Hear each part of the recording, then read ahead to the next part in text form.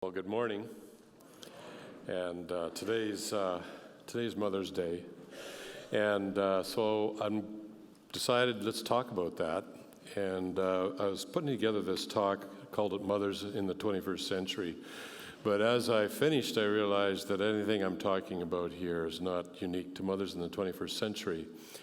It's been experienced by mothers throughout the centuries, and so I realized, first of all, even when I was asked to do this, I realized, not everybody has warm, fuzzy feelings when it comes to Mother's Day. There are people with pain and regret and loss and so forth. And so I decided I'm going to do this in two sections this morning. We're going to talk about three kind of aspects that are challenges when it comes to the topic or the subject of mothers. And then I want to end on a happy note for mothers. Well, actually, hopefully the whole thing is fulfilling and meaningful and useful.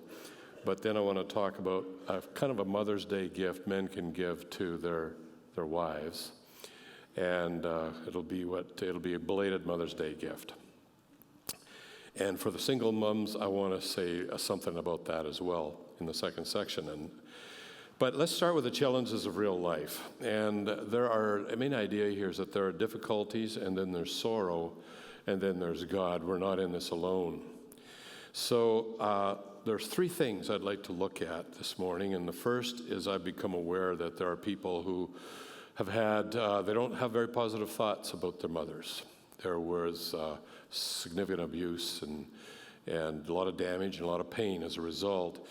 Several years ago, I got to know a young man, and as I got to know him better, I could detect that there was some problems in his marriage. And as time went on, I thought, wow, I don't think this guy has any concept of how to treat a woman or his wife.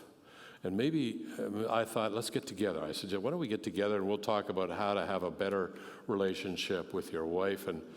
And so I sent him some stuff ahead of time that I drew up so that we would discuss these things, and we met. And it was there that he said, then he told me about the abusive childhood he'd had at the hands of his mother, and it was so bad that it had obvious caused enormous damage. I could see when I looked at this man and when I got to know him, he had the worst view or perspective of women that I've ever seen in my life. I don't even know why he got married. The marriage didn't last long. It was really bad, and his way of dealing with it was to build a gigantic kind of callus or scab over their wounds. Just try and ignore it and just press on, but the damage was there, and he didn't deal with it. So although he recognized the source of the damage, he made no attempt whatsoever to see what could be done about healing that damage. And instead, he just put this huge scab or callus on top of it, and it spread to his kids. And as a result, he badly damaged his own children because of the way he treated them. And this does raise an issue of regret, I realize, that probably all of us have, and how we fathered and mothered our kids, and we'll get to that later. But I just want to talk about this issue first. And so how do you deal with this? And I think the first thing to do is to acknowledge to God the pain and the suffering that you are experiencing as a result. God, you don't callous that over. You don't just put a big scab on it. I think it's enormously therapeutic to just tell God what you have experienced and how you've suffered and the pain. Describe to him the pain. You are his child. He wants to hear from you, and this is part of being honest with the Lord, is you need to acknowledge that pain. Don't just try and ignore it. Bring it to the Lord. Throw yourself in his hands. Be honest with him as to what has happened and what was done to you and what you experienced, and the damage and the pain and the suffering that you continue to experience, not for weeks and months, but for years, maybe even decades. That's step number one. And step number two, I think, is that true forgiveness is essential for healing. And I know that's easy to say if you haven't had much done against you, but that's where the first thing I said come in. First of all, take this damage to the Lord and ask God for healing. Ask God for healing. And that healing, I don't know, probably will not come instantly. That healing will take place over a period of, you might see something subtle in the day, in the weeks that follow, in the months, but it may take the rest of your life, and that's, God has his own plan of healing. It may take the rest of your life, and some of those scars may always be there, and in his knowledge of this kind of refining fire that he allows every one of us to go through, some of that scars may remain, but you will, I believe, find healing in the arms of God when you start getting honest with him and ask him for that. But the second thing that will come along is true forgiveness. And when I think about forgiving people, I think about the Lord's Prayer, forgive me my trespasses as I forgive those that trespass against me. And I think, wow, like I fall short probably in everything else God expects of me. How much do I fall short when it comes to forgiving my neighbor's trespasses against me? And so what I then have to do is contemplate, well, how much has God forgiven me? And Jesus told a parable of a man who owed 10,000 talents to somebody. Now, 10,000 talents, of course, according to the margin in my Bible, is the equivalent of 200,000 years of wages, or $6.6 billion. And that's looking at the lower end of the wage scale. $6.6 billion. Now, it does give you an idea how wealthy some of the billionaires are today when they have at their disposal 200,000 years worth of wages for the average person. But that's another topic. Now, the man amazingly just forgave the guy of this debt. That is massive. It would probably be the single largest debt forgiven, at least to an individual, in history. But then, so he's forgiven and he goes out. And then there's this guy who owes him 100 denarii, which was about 100 days' wages roughly, or less than 4 months' wages, like $12,800. And he wouldn't forgive that guy. He made him pay, and he couldn't pay, so he tossed him into jail, and you're going to sit there until you've paid me my $12,800. Then the other guy who'd forgiven this massive pile of debt heard about this. And he called the guy in and said, no, that forgiveness of your debt, it's off. You're going into jail now until you pay every last cent. If I had to pay a debt that big, I'd be in jail for a long time. But here's the point I think that Jesus was trying to make, and that is he was trying to communicate to us just the difference between what God has what it costs God to forgive me for my sins versus what it costs me to forgive somebody else for their sins against me. So let's say somebody sinned against me in such a way, a particular way, and then let's say I sinned against God in the exact same way. So this guy sinned against me in this way. I did the same sin against God in this exactly the same way. And let's put this on the scales. It's not like this. It's not like this. This is what Jesus seems to be saying. It's that the smallest sin against the one who is the origin of holiness and purity, a being who cannot even look upon sin, the smallest sin costs an enormous amount, so much so that the second person of the Trinity became a human being. And he who knew no sin became sin on our behalf. All our sins were laid on him. The cost was unfathomable. Maybe it was infinite. But he didn't use infinite set theory here because people would have a hard time grasping that. So he just gave these massive numbers. And so when I find I have to forgive someone, and no matter what it was that was done against me, I think of this. And it is then that I can say to God, Father, whatever that person owed me, that's forgiven. They owe me nothing.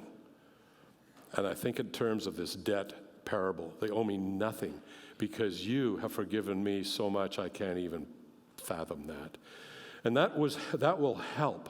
And if you have a hard time forgiving someone, meditate on this and ask God for divine help. Because sometimes in fact, pretty much for everything, I think I need divine help. So the second thing I might say is now you are faced with the damage that you have incurred, the scars in your own life. You will not be judged for what sort of start you were given in life, only for what you did with it, okay? So C.S. Lewis had a way of describing this. He said, "We see only the results which a man's choices make out of his raw material. But God does not judge him on the raw material at all, but on what he has done with it. There will be surprises." So there may be people in this life that have been horribly injured in a psychological and a spiritual, like they have the scars and the trauma, emotional trauma and they're just struggling through life, and they're doing their best to walk with the Lord, and there's this damage, and it's gradually being healed. And you might look at such a person without knowing the backstory, and you'll say, oh, like, this person here, I wouldn't exactly recommend them for a pillar of Christianity, because you don't know the backstory, you don't know what's going on in their personal lives, and how they're trying to rebuild their life, and they're depending on the Lord day by day. And then there's the other person who C.S. Lewis describes as having good digestion, everything's just going great, and they think, well, this guy's a real solid pillar of the church over here, but it's only because, but he actually doesn't do anything, or very little, with what the raw material God gave him. And that's why Lewis suggested here, there will be surprises. God, you will not be judged for what you started off with in life. You will only be held accountable in a stewardship sort of way for what you did with what God entrusted to you. So there's this parable here where he gave this guy a talent, and he was faithful in doing that. And then the response was this, and this is Jesus' parable. He says, "Well done, good servant. Because you have been faithful in a very little, you shall have authority over 10 cities." So keep that in mind. It's not how little you were given that matters. It's what you do with that. And you will hear the "well done, good and faithful servant." Also, of course, we all may have looked at how we were raised, and we think, oh, here's something I definitely won't do with my kids. And you have this "don't do this" list when you raise your kids. For some of you, it might be quite long. Others, it might be relatively short. But don't stop at the "don't do this" list. Come with the "also, but instead do this." Don't do that, but instead do this. So, for example, and my dad won't mind, he's gone to heaven now, and he was totally fine with, at the end of his life, just any way he can help other people by using his life as an example. But my dad was a firm believer. He said, never compliment a person for a job well done.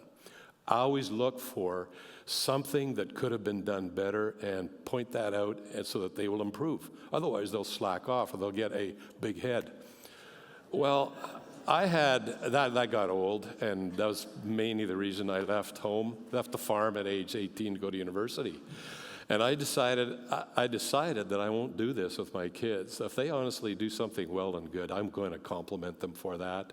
So it's not just don't criticize all the time, but instead, what are they doing good? What can be, this, and do that. So that's just an example of the don't do this, but do that instead.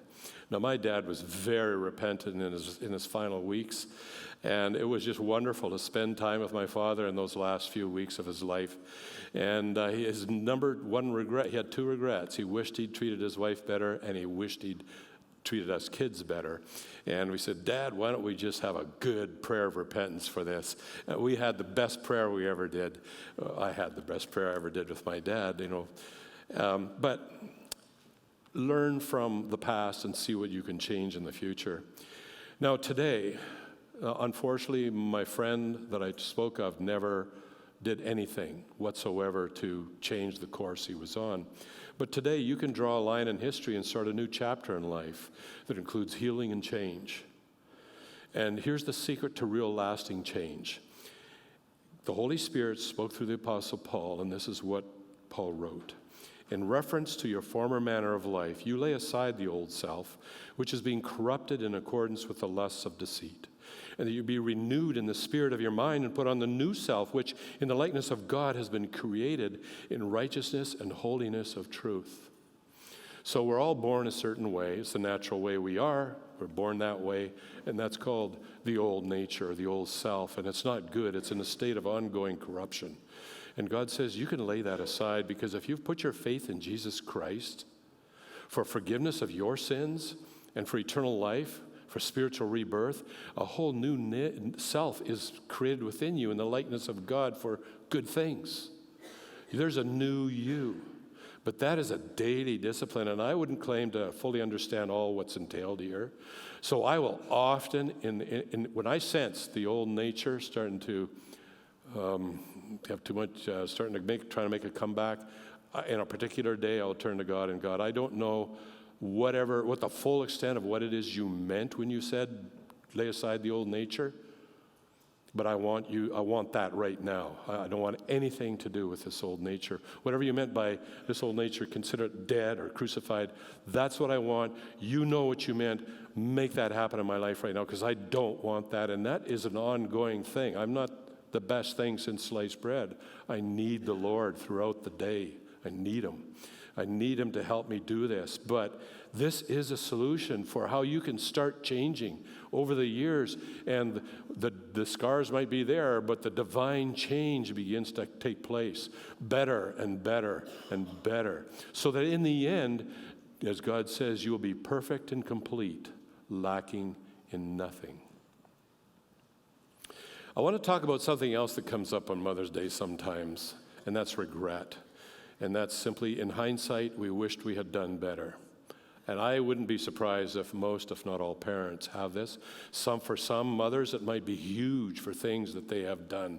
Let's say that guy's mother had died, but let's say it could be enormous. And I'm aware of some things mothers have done that truly are enormous. But there is forgiveness, as we just talked about. And the thing I want us to remember here is that some mothers on Mother's Day don't feel they can accept the honor that we want to give them because they have their own regrets. That's for better mothers. It's not for me. But I think we need to realize that all of us probably have regrets. I know I'll say one of my regrets as a father is I wished I'd spent more one-on-one time with my children, especially in the teen years. When it's a little bit more, what do we do for the one-on-one time? It's a little bit harder.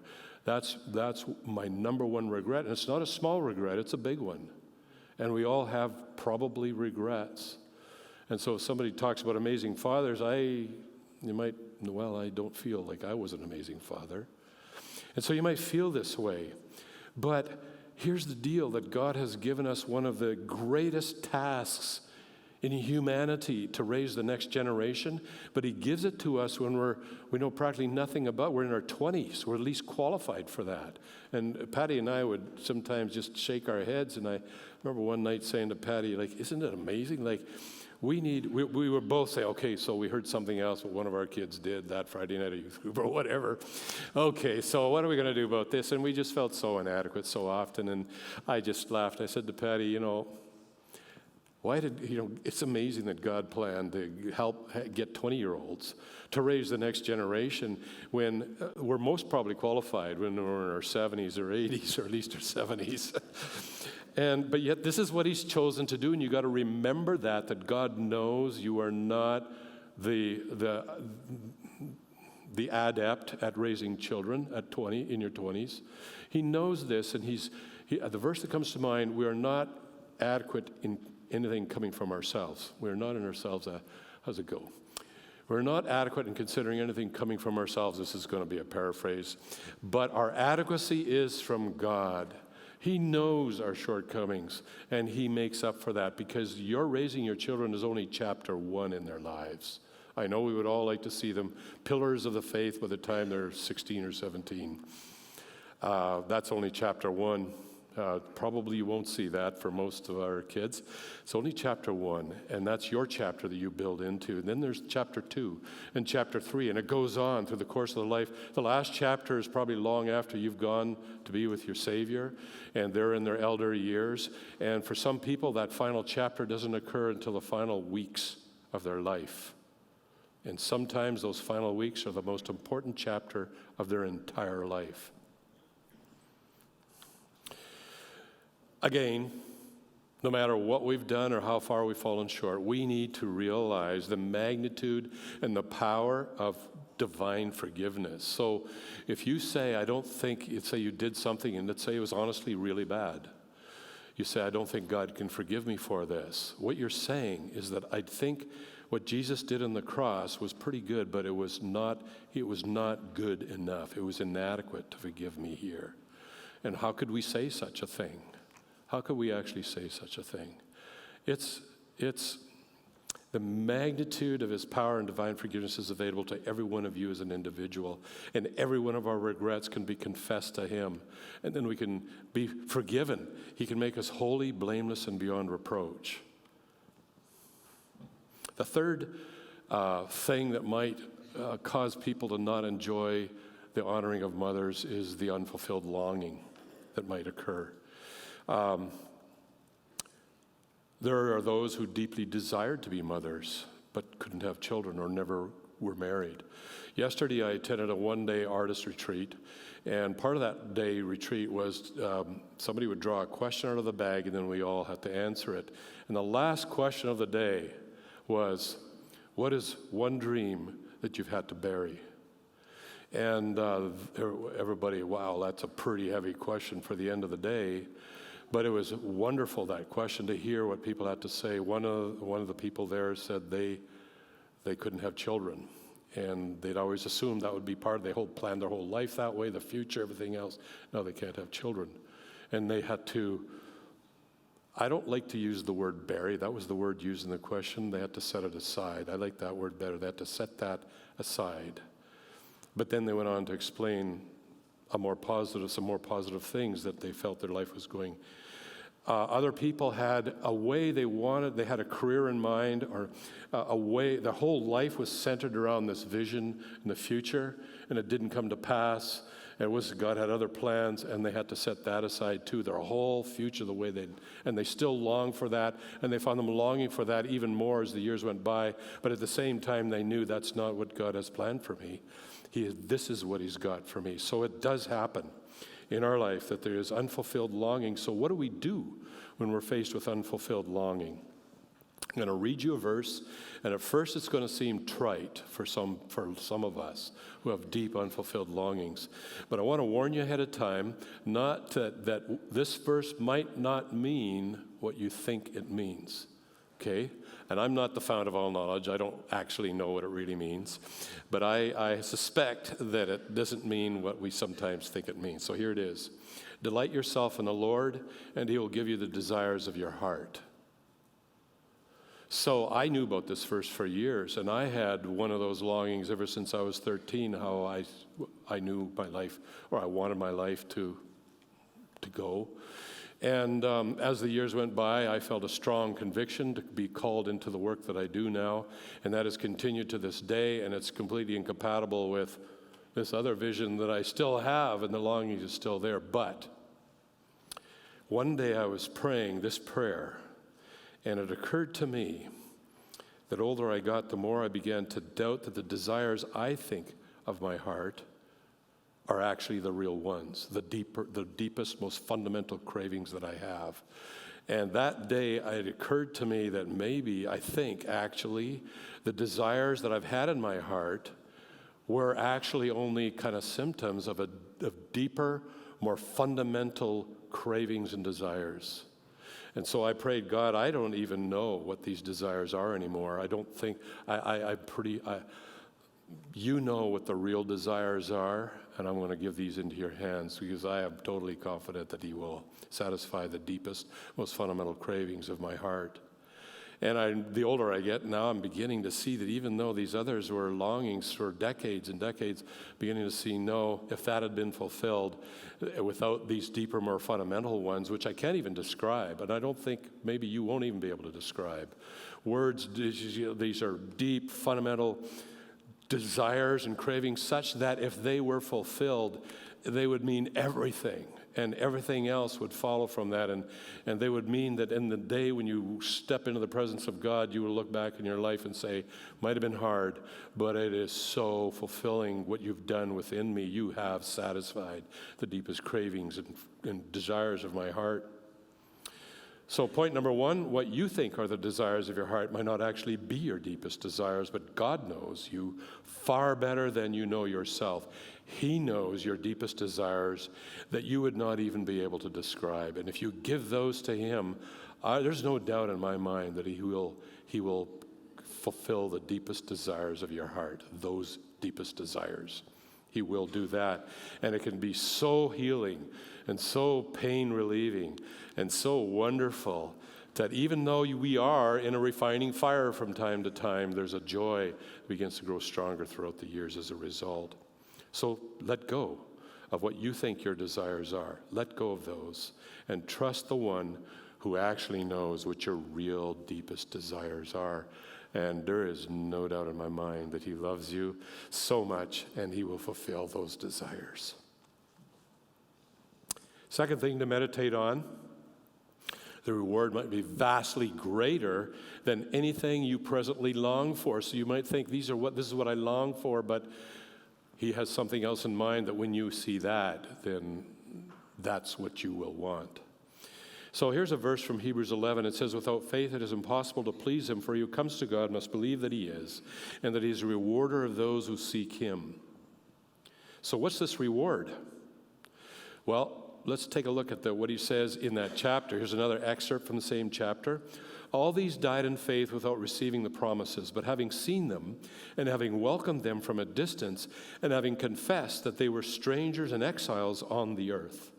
For those who say such things make it clear that they are seeking a country of their own. And indeed, if they had been thinking of that country from which they went out, they would have had opportunity to return. But as it is, they desire a better country, that is, a heavenly one. Therefore, God is not ashamed to be called their God, for he has prepared a city for them. And here's a quote from another place when Jesus said something else profound. He says, do you believe this? And I thought it'd be good to stick that one here. Do you believe this? That he is a rewarder of those who seek him. So this life, if we see this life as all there is, and these are my hopes and my dreams, and they're not happening, that is a tragedy. But this life is not all there is. If you've put your faith in Jesus Christ for eternal life and forgiveness of sins, this life is only the doorstep into eternity. It's like the airport that you go to go on vacation. The objective isn't to stay as long as you possibly can in the airport and whoop and holler and cheer every time the flight's delayed because you get to spend more time in the airport. No, your goal is to get to this vacation place, to this promised land, so to speak. Now, we have a mission to carry out in this life, so we can't all just rush off to the promised land in eternity. We have a mission, and I like to describe it as our mission in this life is to prepare to meet God and help others do the same.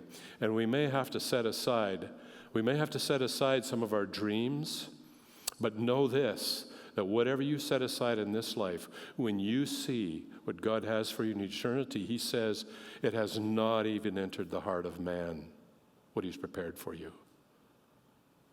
You might think I'll go into heaven's gates with a small list of things you gave up and that you suffered in this life, maybe a big list, but when you see what he's got there, no, I don't think it'll actually be that way. You won't be coming in with a list, but let's say you did. That list would disappear so fast when you see what God has for you in eternity.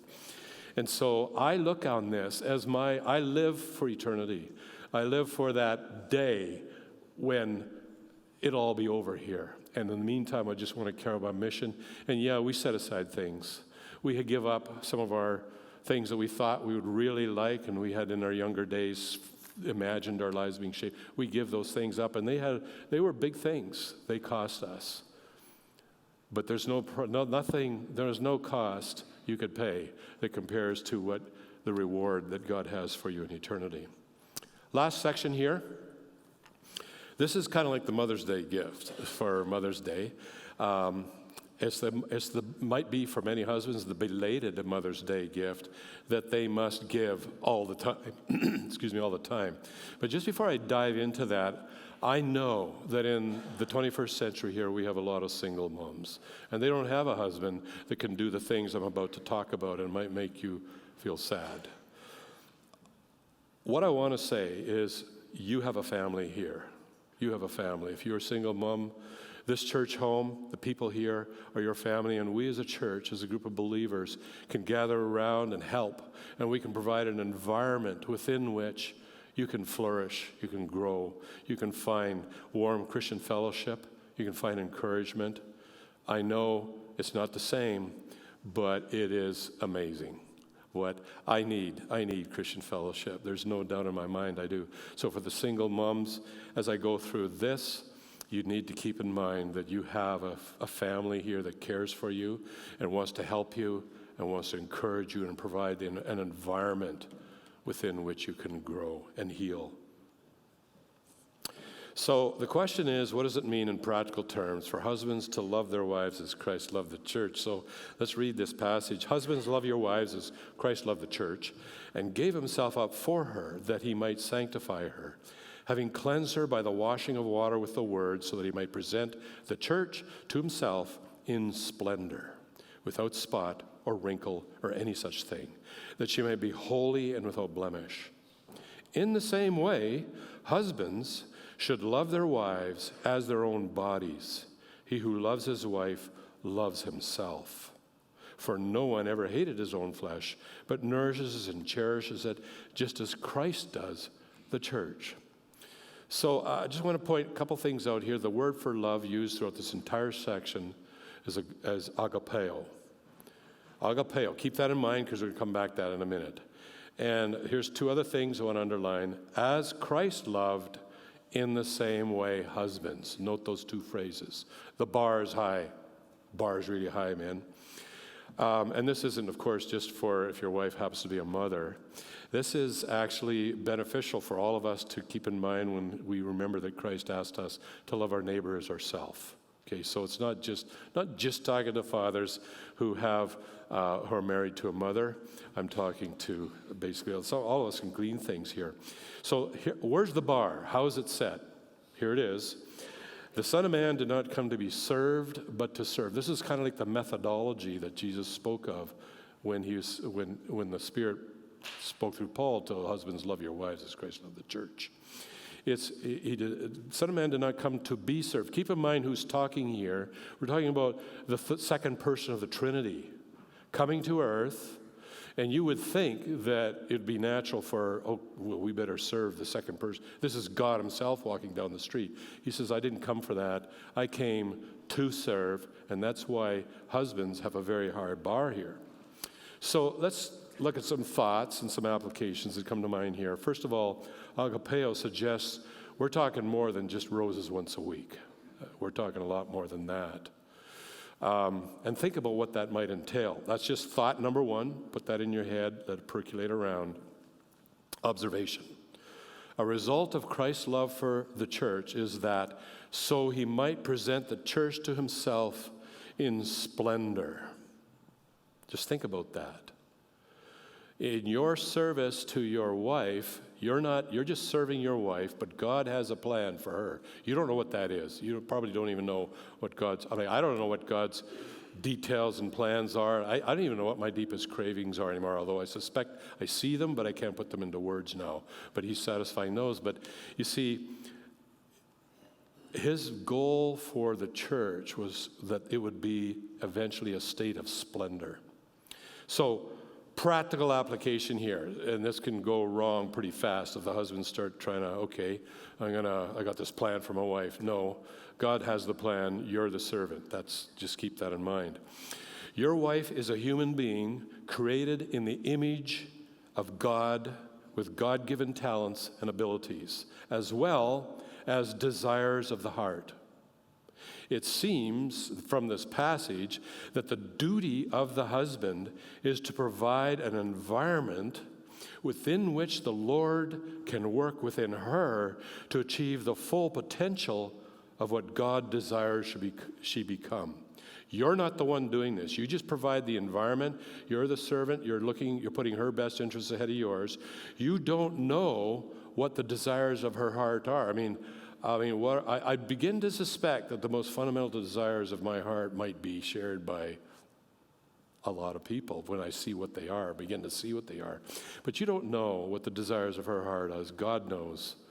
Your job is to serve her as Christ served the church and loved the church. And you don't come up with a plan for your wife. God has that.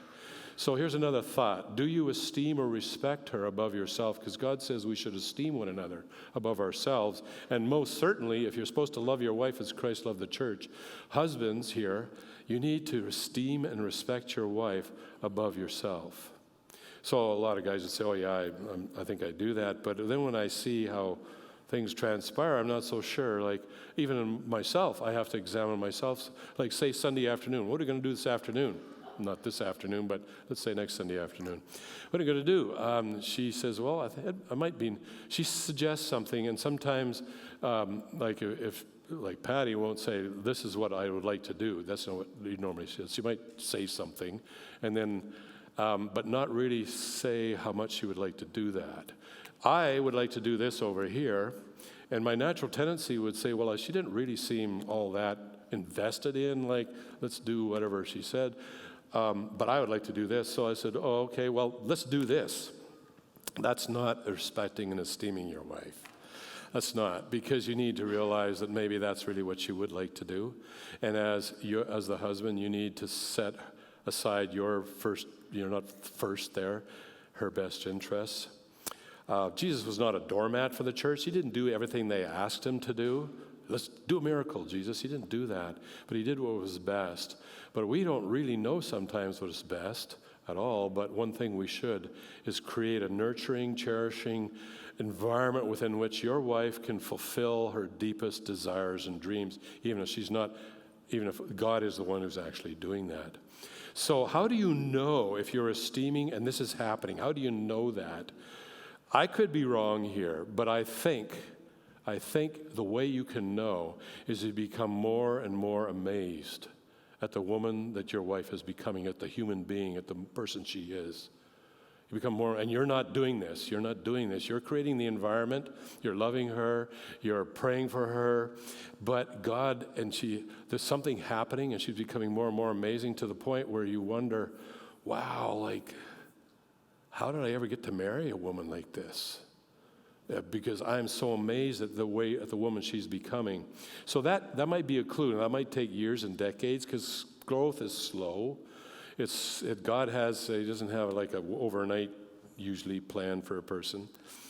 But and also, I've already said, it's not your plan for your wife, men.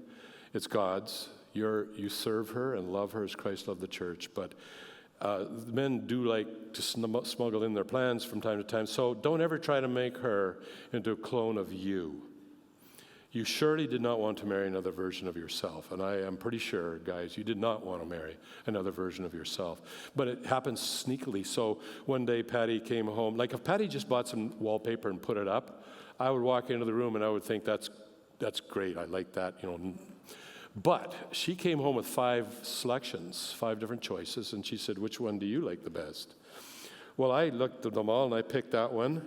And as soon as I picked that one, I found myself arguing that this is the one we should put on the wall. But actually, Patty said, well, I kind of like these 2 over here. And okay, so my job now is to persuade her to move from these 2 over here to this one over here. And this was not just one time this sort of thing happened. It was happening. It was happening from time to time. And one day I realized, wait a sec, I am trying to make Patty like me. I'm trying to make her think like me. I'm trying to make her like the same things the way I like them. I'm trying to make Patty another Kirk Durston. What an awful thought. I don't want that. I want Patty to, and she's not here, but she heard me say this the first service, so she's fine with it. But men, think of the girl that you first saw, like the Patty I saw in 1977.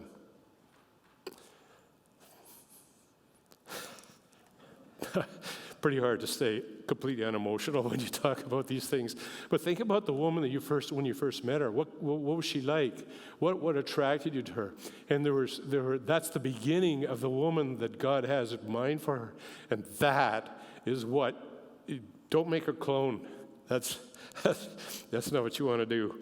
And so you have to give her over to the Lord, but you be the servant. You're just, okay, so Christ is the head of the church, and as such, he served the church. Now think about that for a second.